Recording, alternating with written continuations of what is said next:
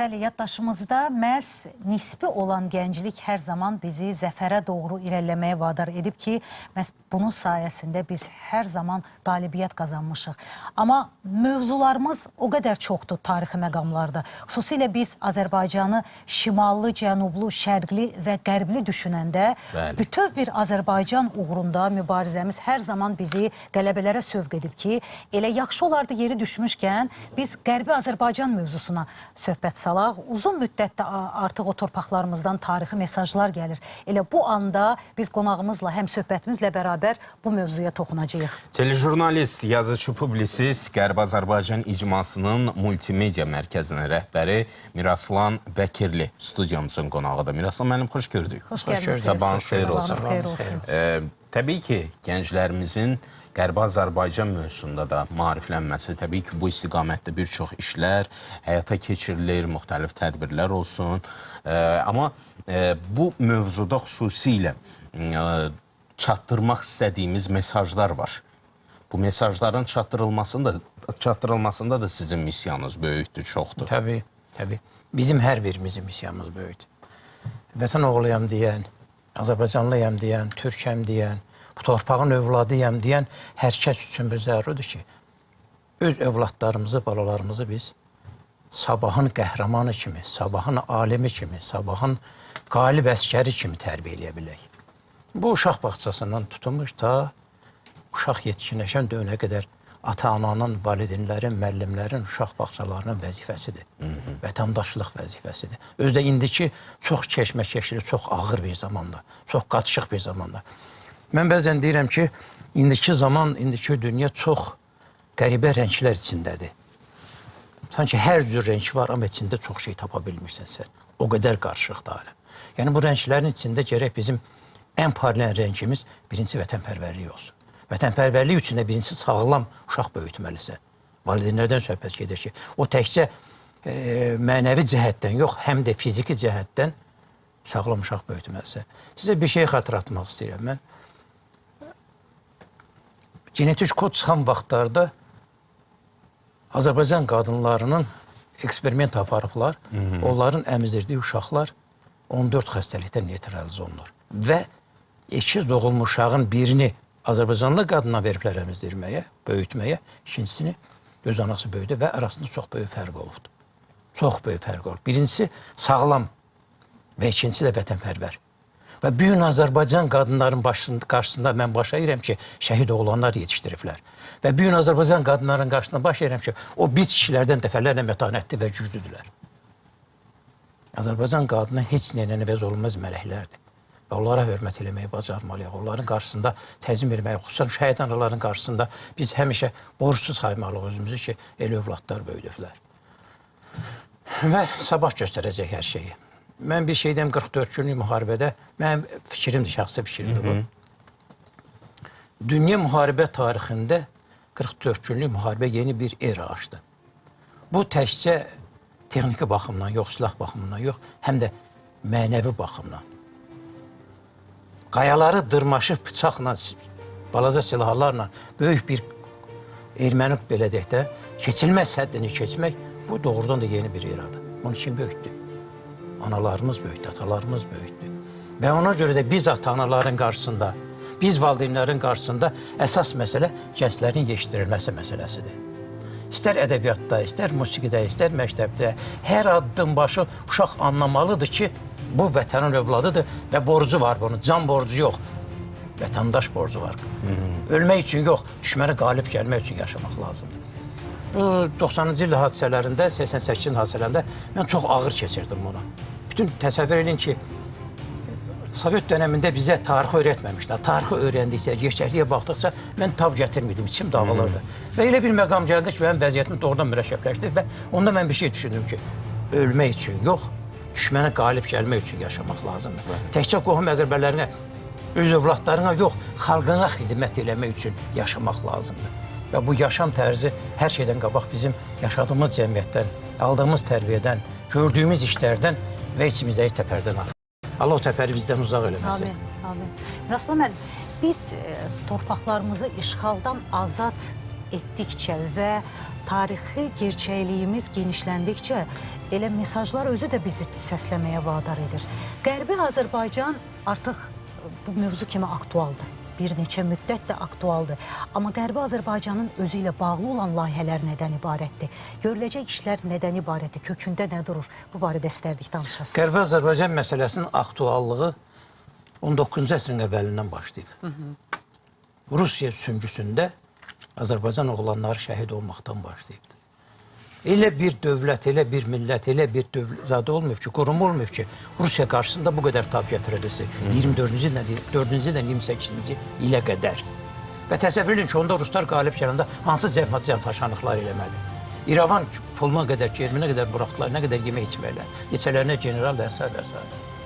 Yəni bizim Qərbi Azərbaycan dediyiz o mövzu gündəmdə həmişə olubdur. Təkcə hərbi baxımdan yox, tarixi baxımdan alimlərimiz, yazarlarımız, Azərbaycanı sevən hər kəs bu mövzu həmişə toxunubdur. Siz bilirsiniz, mən 90-cı illərdən Azərbaycan televiziyasında işləmişəm və 90-cı illərdə mən Qərbi Azərbaycanla bağlı silsilə verilişlər eləmişəm. 7-8 adda verilişlər eləmişəm. Yəni bu mənim içimdə olan şeydir və bu hər birimizin içimizdə olan şeydir. Dünən Qarabağ üçün mübarizə aparan oğullarımız bugün İrəvana qayıtmaq üçün mübarizə aparanımız. Və bizim qarşımızda duran əsas məsələ də Qərbi Azərbaycan icmasının qarşısında duran məsələ odur ki, qan töhmədən, müasir dövrlərin verdiyi tələblərə uyğun olaraq, qanunlara uyğun olaraq öz torpaqlarımıza qayıdaq. Ay erməni, sən Xan kəndindəki insanların hüququ haqqında düşünürsən. Yaxşı, orada yaşayan 300 mindən çox insanların hüququ yoxmu? Onlar insan deyillərmi? Bütün dünya, xüsusən Fransa mən üzümü tutub verəmir ki, sən erməninin tərəfinə saxlayırsan və bu qovulan adamlar, nə əzablarla çıxarılan, öldürülən adamlar, mülkü dağıdılan adamlar, başını min faciə edən adamlar hüquqları qorumaq lazım, deyil mi? İnsanlıq baxımından bunu gəl yanaşaq. Dədə, nə olar ki, müsəlman olanda, türk olanda, amma hər halda insanıq biz. Bir insanlığa hörmət baxımından da. Bir şey də deyim sizə, siz bilirsiniz, hamımız bilirik ki, 20-ci illərdə yeni dövlət yarandı. Dünyanın siyasi xaritasında Ermənistan yarandı. Hər hansı bir millət, hər hansı bir xalq olsa, Azərbaycan xalqının qarşısında baş əyər deyərdi ki, mən sizə çox sağ olun, deyirəm ki, siz torpağınızdan mənə verdiniz və bir dövlət yaratdıq. Amma bu zalım şoğu günü-günə deyir, torpaq istəyirəm ki, elə mən. Yəni, bu erməni xilqətin üzüdür. Ona görə də bu gündəmdə olan məsələdir ki, düşmənimiz çox böyükdür, düşmənimiz çox güclüdür, düşmənimiz çox arxalıdır. Və ona görə təkcə ağıllı olmaq yox, düz istəyim ifadəm ki, Peyğəmbərin baxımdan elə işlər görməlisən ki, bu düşmənin və onun arxasında duranların qarşısına durum gətirib və ona qalib gələ bilərsən. Miraslan müəllim, Qərbi Azərbaycan deyəndə oranın bir bədii ədəbi mühiti də tam fərqli idi. İstər şifahi xalq ədəbiyyatının nümunələri olsun, istər orada olan tarixi abidələr olsun, düzdür, nə qədər silməyə çalışsalar da bu mümkün deyil. Çünki həmin ərazilər qədim Azərbaycan dədə-baba yurdlarımız olub. Hər qarşında, hər daşında, hər qayasında Azərbaycanın tarixinin böyük bir qismi var. Bax, istəyirdik bu yöndən bir balaca danışaq. Bizim babalarımız yaşadığı hər yerdə tarixi pasportlar qoyublar. Tarixi pasportlar onların daş üstə yazdıqları yazılardır, rəsmlərdir. Və ondan sonra da canlı tarixdir. Bu onların toylarıdır, vaylarıdır, xeyir işləridir, adətləridir, ənənələridir. Bir dəfə mədrəsə kəndində bir göçəli qadını çəkirdim mən. Deyəsən Pəri nəni idi, Allah rəhmət eləsin, ölmüş olar, 90-cı illərdə. İnan Allaha, mənim əlim ayağım yerdən üzüldü. Bu insan Ələsgər yaddaşına malik olan bir qadın idi. Tapmaca deyirsən, tapmaca deyir. Bayatı deyirsən, bayatı deyir. Deyir, balam, hansı nağılı deyirsən? Bizim nağıl danışmaq bizim belə deyək də gündəmindən çıxıbdır. Yəni qədim zamanlarda radionun, televizyonun olmadığı vaxtda yığılar da bir evə nağıl danışar. Deyir, filan nağılları danışardı. Dastanlardan, hansı dastanlardan deyirsən, mən geri düşəndə şeydir. Aşıq Ələsgərin kitabda olmayan, yazılmamış şeylər nə qədər deyirdi.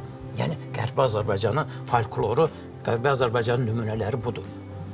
Dərələyəzdə olan abidələr, Qərbi Azərbaycanın hər yerində var bu abidələr. Amma Dərələyəz daha zəngindir. Dərələyəzdə olan abidələrə baxsan, onu araşdırsan, onun tarixinə biz səyahət eləsək, elə Qərbi Azərbaycanın kim olduğu, nə olduğu bəllidir. Öz aramızda İrəvan bizim mədəniyyət, mənəviyyat mərkəzimiz oldu. Ruslar elə belə mübarizə aparmadılar. 20 illər ona görə vuruşmadılar ki, bu artıq Qafqazın ələ keçirilməsi deməkdir. Çünki bizim mədəniyyətimiz də, mənəviyyatımız da İrəvanla bağlı idi. İrəvan büyün, amma təəssüflər olsun ki, o doğma divarlar, o doğma evlərin hamısı düşmən ayaq altındadır. Miroslav müəllim, baxın, Qərbi Azərbaycan icmasının yaradılmasından artıq bir müddət ötür və qarşıda duran perspektivli məqsədlər var, həyata keçiriləcək. Multimedia, texnologiya inkişaf edir və araşdırmalar, tarixi torpaqlarda olan yaddaşımızı oyatmaq bir qədər ötən illərə nisbətən rahat olacaq, asan olacaq. Çünki texnologiya burada bizim, süni intellekt burada bizim dadımıza yetir. Və multimedia mərkəzinin layihələri nədən ibarət ola bilər? Birincisi, siz dediyiniz kimi asan deyil. Dünkü texnologiya var, hər şey internet var. Amma onu təbliğ eləmək əsas məsələdir. Neçə 10 illərdir Azərbaycan həqiqətləri dünya çatdırılmayıb lazımsa və elə Qərbi Azərbaycan icması yaranması, dövlət rəhbərinin xüsusi gündəmə gətirdiyi bu məsələ məhz Qərbi Azərbaycan probleminin gündəmə çıxarılmasıdır ki, və sadəcə olaraq gerçəklik. Ermənilər kimə şəkər eləmək yox. Sadəcə olaraq gerçəklik ki, tarix budur, ədəbiyyat budur, mədəniyyət budur, tarixi abidələr budur və bu torpaqlar kimindir. Və o baxımdan təbii ki, bizim qarşımızda çox böyük məsələlər var. Siz bilirsiniz ki, məndə çox böyük arxiv var. Haradasa belə xərar olmasın, 500 saata qədər arxiv yığıb saxlamışam. O vaxtda 90-cı illərdən indiyənə qədər çəkdiyim bütün video materialları saxlamışam. Onları diska köçürtmüşəm. Yəni, mən heç kim deməyib onu. Sadəcə olaraq içimdə olan bir təpərdir. O, Qərbi Azərbaycana, təkcə Qərbi Azərbaycana yox, Azərbaycanın itirilmiş torpaqlarına olan məndə münasibət tamam fərqlidir. Yəni, mənim elə bilirəm canımın bir parçası. Azərbaycan torpağı yox, mənim canımın bir parçası parçalanıb. Bax, bunu hər birimiz yaşasaq, bunu hər birimiz mübarizə aparsaq, hər birimiz bunu vaxtdan düşəndə, valla o parçalanmış 4-5 yer parçalanmış torpaq birləşib bütöv Azərbaycan olacaq. Və bu baxımdan Qərbi Azərbaycan mediasının qarşısında çox böyük iş var. Hətta mən fikirləşirəm ki, mənim ömrüm çatmayacaq bu işləri başa çatdırmağa. Çünki o qədər böyük iş var, o qədər gövləsi iş var. Bu təkcə özümüz deyib, özümüz eşitmək üçün yox, dünya müstəvisinə çıxartmaq çox zəruri bir şərtdir. Bu yaxınlarda Paşinyanın yoldaşı deyir ki, biz bir belə güya ki 120 min orada erməni yaşayır, onda 30 minimdir, yoxsa 25 minimdir uşaqlardır. Yəni yalanlarla bu, böhtanlarla bizə şər eləməklə, amma biz sadəcə olaraq həqiqəti çatdırmalıyıq. Bax, Qərbi Azərbaycanda 88-ci ildə nə qədər insanlar öldürübdür, nə qədər mülki yandırıbdır. Ondan qabaqcı dövrlərdə 48-lər üçüncə haqsız köçürmələr olubdur. 18-ci il qırğınlar haqqında məlumat çox azdır, həddən artıq azdır. Keçən əsrin əvvəllərində olmayan bir dövlətin, olmayan bir qurumun qoşunu var idi. Təsəvvür edin, Peterburqdan, Vaşinqtondan, Avropanın başqa ölkələrindən gəlmiş, o vaxt üçün çox müasir olan, hətta telefon rabitələrinə qədər olan süvariləri, nə bilim, atları, nəylər hamısı. Deməli, bütün dünya qüvvələri bizə qarşı o vaxtdan, hələ keçər əsnən əvvəllərindən mübarizə aparan başlayır. Yeni dövlətin yaranıb. Bu yeni dövlət bizim üçün bir fitildir sözün əsl mənasında. Miroslav müəllim, tarixi gerçəkliklər əsas odur ki, sizin qisminizdə bir çox insanların arxivində olsa belə qorudub saxlanıb və o vətənpərvərlik hissi, vətənə olan məhəbbət, sədaqət hissi imkan verməyəcək ki, düşmən öz ideyasını reallaşdırsın, gerçəkləşdirsin. Təşəkkür edirik sizə. Çox sağ olun. Minnətdarıq, uğurlar arzulayırıq sizə, kollektivinizə. Doğrudan da bax, bu mövzuda sizin fəaliyyət göstərməyiniz təqdirə layiqdir, alqışa layiqdir və qeyd elədiyiniz kimi bir vətəndaş olaraq da hər birimizin borcudur ki, dəstək olaq bu informasiyanın, doğruların dünyaya.